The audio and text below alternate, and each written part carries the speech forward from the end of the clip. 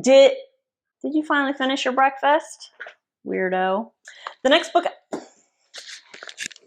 no. She has been did I just thump your ears?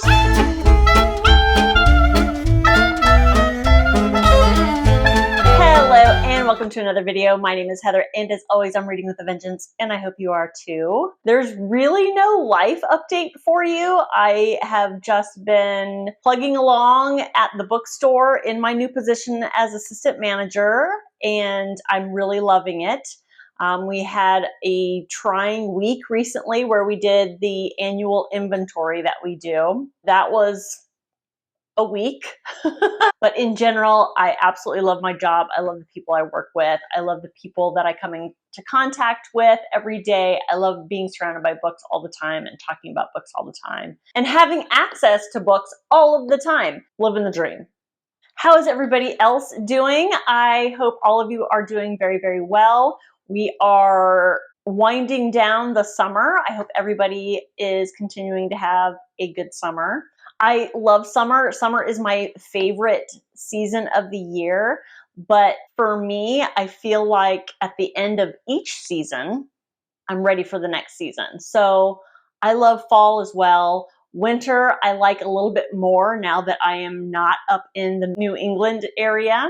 So I don't have to deal with snow and painfully cold temperatures, but I am definitely ready for the fall. I'm ready for cooler weather where I can sit outside and not melt and I can wear long pants and be comfortable. And I feel like most book lovers are more inclined to favor fall and winter seasons. What do you think? Are you guys looking forward to the fall and winter season? In this video, I am going to wrap up a few books. I have read a ton of books since my last wrap up, but I just don't have the time to sit down and wrap up a dozen books. So I'm going to break it down and hopefully if my plan works out, I will have little short wrap-ups every week for the next few weeks. And if that works out, that might be how I do my wrap-ups from now on. A little bit shorter, a little bit more frequently. We'll see how it goes. I seem to be doing a lot of experiments lately. Anyways, let's get started talking about the books that I've read over the past couple of months. The last update I posted, I remember I had mentioned that next up I was going to read the Elif Shafak latest book, and that is There Are Rivers in the Sky. I had my hands on the ARC. I'm not going to count it as a DNF because I really didn't give it a solid try. The more I thought about the synopsis and what I grew to understand what the book was going to be about, the more I realized that it wasn't going to be a book for me. I know Elif Shafak can write like the Dickens, but I don't think this one was going to be one that I would enjoy. I read maybe 2 or 3 pages just to make sure. Yeah, I just knew it wasn't. I don't count it as a DNF. I didn't even put it as currently reading in any of my book reading apps, but I do know that I mentioned it in my last video and I just wanted to let you know that, yeah, I had the ARC in my possession, but it was a non-starter for me. So the book that I will start this video off talking about is Broiler by Eli Craner. I read the ARC of this one as well. I was super excited when I saw it on the shelf and I snatched it right up. And I did enjoy it. Did I love it as much as Ozark Dogs? Well, let's talk about it. So this one takes place in Arkansas, which I think Ozark Dogs did too. He might be from Arkansas, and I think that a lot of his books take place in Arkansas. I could just be making that up, but that's my guess. Anyways, this centers around a small-ish town that has a chicken processing plant. The story follows 2 very different families, different socially, different economically, different background, different ethnically, and these 2 families collide over an event that is actually very, very common. So we're following Gabby and Edwin. Gabby's from Mexico, so is Edwin, I think, and her parents brought her over to the United States, of course, to seek a better life. But she ends up working at the chicken processing plant. And in her mind, it's temporary, just to kind of get her through high school so that she can earn enough money to go off to college and start her life. But she gets stuck there. She meets Edwin. Edwin also works at the plant. Basically, her life plan stalls. And because of the very inhumane working conditions at the plant, Gabby suffers a tremendous loss. And that kind of leads up to some future decisions that are made by Gabby and Edwin. Then we have Luke and Mimi, who are upper middle class white folks. Luke is the supervisor at the plant, and Mimi stays at home with their toddler son, Tucker. In a nutshell, Edwin shows up a few minutes late to work. Luke, who is on the verge of getting promoted, fires Edwin to make him an example. Edwin, in turn, kidnaps Luke's son and demands a ransom. Luke doesn't go to the police because he doesn't want to jeopardize his promotion by having unfavorable publicity for the plant. Luke decides to get revenge instead and goes and snatches Gabby and then stores her at his own house and forces his wife to watch over her while Luke tracks Edwin down. And then Mimi and Gabby end up bonding with each other over how their respective men have victimized them and forced them to lead a life that they really didn't envision for themselves. The story was a good one. It was very suspenseful in some areas. I would say that some of the action scenes were a little bit drawn out. I would also say that the very extreme behaviors of a lot of the characters didn't quite match their motivation. So I struggled with that a little bit. Also, I don't think I connected with the characters as much as I connected with the characters in Ozark Dogs. I did enjoy this story. I thought it had something to say about racism, classism, power, motherhood, and I think Craner did a pretty good job of relating his message. Now, I say I didn't connect with the characters, but I did have an emotional response to them.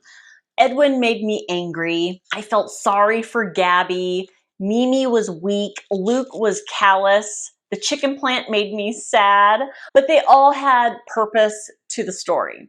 And I thought the ending was satisfying. So, of course, I don't want to give anything away. One of the parallels that I thought was really interesting is they talked a lot about the life of a broiler chicken. And I thought that was really interesting, the title of the book. A broiler is a term used to describe a young chicken that is ready to be cooked. And then also broiler brings about thoughts of oppressive heat, right? And Craner talked a lot about the parallels of the actual chickens and the workers at a chicken plant. He talked about how chickens kept in that environment, if they get injured just in the process of being inside of a plant, before anything actually happens to them in the processing process, if they get injured, they don't squawk, they don't make a noise, they don't complain in any way as a chicken would. The same thing goes for the workers in this plant.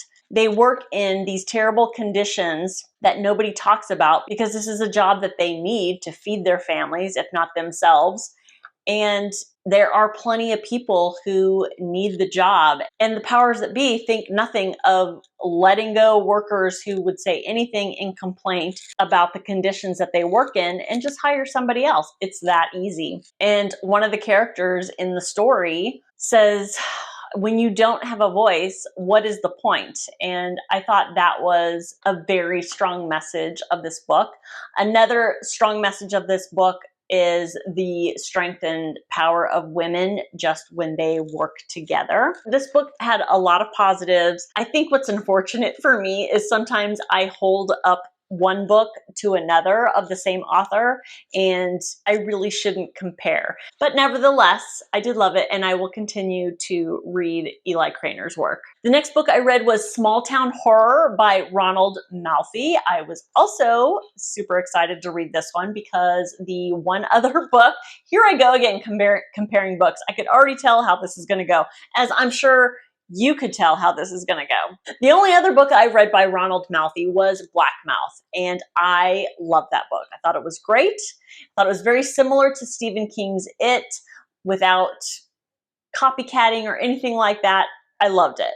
So with Small Town Horror, we have the tried and true trope of childhood friends who reunite as adults to vanquish some evil that they escaped as kids. This story mostly follows Andrew, and he is a successful lawyer living in Manhattan with his wife who is expecting their first child. But he's starting to have nightmares, weird nightmares, and he's seeing things in the middle of the night. And then one day he gets a phone call from his childhood friend Dale, who is begging for him to help him.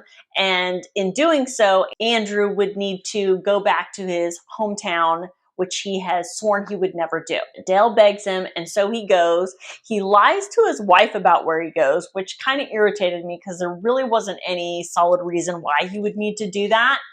So that kind of bugged me early on in the story. So anyways, Andrew goes to his hometown and he finds out Dale's wife has gone missing, and Dale believes that it has something to do with the curse that happened to them when they were kids. Andrew doesn't believe in any curse, and so he's immediately annoyed that he made this trip for nothing, but he can't really ignore the fact that something strange is afoot. There are birds everywhere. There are flies everywhere in his childhood home, which he inherited from his dad after he died maybe 6 years ago. There is flooding in his basement. There's a terrible smell coming from his basement. And he finds a Roman candle under his bed. So Andrew is trying to keep his head about things, but he is wondering about this curse. And what this curse has to do with is an incident that happened when they were 16 years old on July 4th. So Andrew and Dale and I want to say 3 other friends, one who is now the current deputy sheriff, or he might actually be the sheriff of the town, and Tig, who was kind of his love interest when they were kids. She runs the town bar. And then a 4th friend, I can't remember his name, but he's kind of turned into the town drunk. They all get together. Andrew starts remembering things that he has long forgotten about, and things start to come together. And that's all I'll say about this story. It is a decent ghost/witch story. It's very atmospheric, but I don't feel like it really did anything unique with this particular trope. So I didn't love it. I didn't connect with the characters like I did with Black Mouth. The ending was creepy, but it's hard to say without spoiling anything. I don't feel like it had as satisfying an ending as it could have. There was a little bit of a twist that was okay, but I felt like this was just a little bit all over the place. I feel like he tried to do too much with the story, and in doing so, it fell a little flat for me. So not my favorite. However, I do like his writing. I like how he writes the atmosphere without getting too crazy. I will continue to read Ronald Malfi, and I do like this trope. And evidently Ronald Malfi does too, because Black Mouth had the same thing going on. So I'm not sure exactly why this time it didn't quite work for me. I didn't hate it. It was not bad. It just wasn't as great as I thought it was going to be. The next book I tried to read was The Ferryman by Justin Cronin. I thought I'd love this one. I did not. I DNF'd it at around 33%. So this was supposed to be, in my mind, a science fiction dystopian story, and I think it felt too fantasy-like. So I didn't really connect with the story. I didn't like where it was going. I didn't connect with the characters, which seems to be an ongoing theme of this video, but it just didn't work for me. I hope his Passage series will work better for me. I I can't even really grasp the story enough to be able to tell you what it's about. I mean, I think it has to do with, it's dystopian. So, the world as we know it has ended in some way, and some people have tried to put together communities to live a better life. The thing that popped into my head as I was reading about these different communities was Brave New World, where there was like a hierarchy of communities, a class system, if you will. I don't know if it was that comparison that got in the way of my reading enjoyment. Either way, I couldn't connect to the story and I DNF'd it. And finally, I will end on a happy note. I read Just for the Summer by Abby Jimenez. It was my first Abby Jimenez. She has been recommended to me by a couple of you, and I thank you all for that recommendation. I loved this book. I loved her writing. I loved the story. I loved the characters, everything. So what was it about? This one follows Justin and Emma, mostly Emma. Emma is a traveling nurse, and she feels like she is cursed because every time she dates somebody, after they break up, that person that she dated, the very next person that they meet ends up being the one for them, and they end up getting married and living happily ever after. Justin suffers from the same curse, and Justin and Emma meet after responding to the same Reddit thread, and they discover that they kind of suffer from the same curse, and they decide to try to break the curse by dating each other for a finite period of time, and then breaking up. If the curse is correct, they will each meet their soulmate right afterwards, right?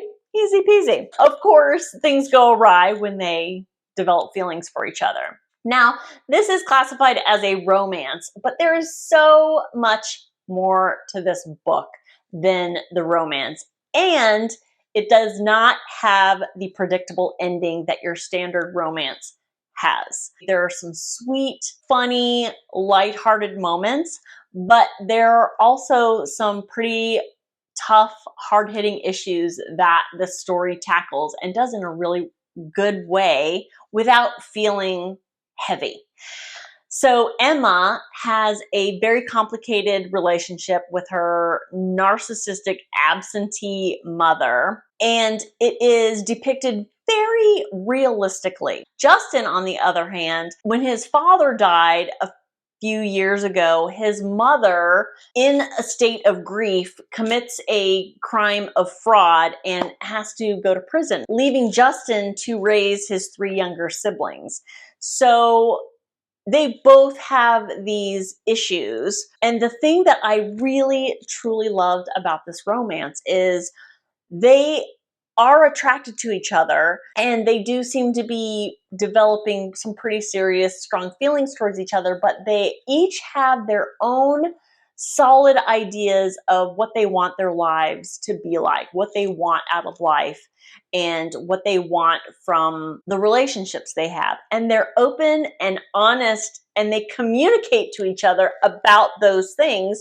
And so things don't quite go as well as things do typically in a romance. And I loved this story. It was so good. So I will definitely be reading more Abby Jimenez. And speaking of Abby Jimenez herself, it's so funny. When I saw a picture of her, I said, she looks kind of familiar. And then as I'm reading the story, there is mention of a bakery called Nadia Cakes. And that is an actual bakery that Abby Jimenez owns and founded, and was featured on like a baking show that I am quite certain that I watch. I'm pretty sure I've seen Abby Jimenez before I ever knew she was an author. So I thought that was pretty cool. So that's it for now. Those are the books I'm going to talk about this week. I really hope that I will have another update for you next week with 3, 4, maybe 5 more books to talk about.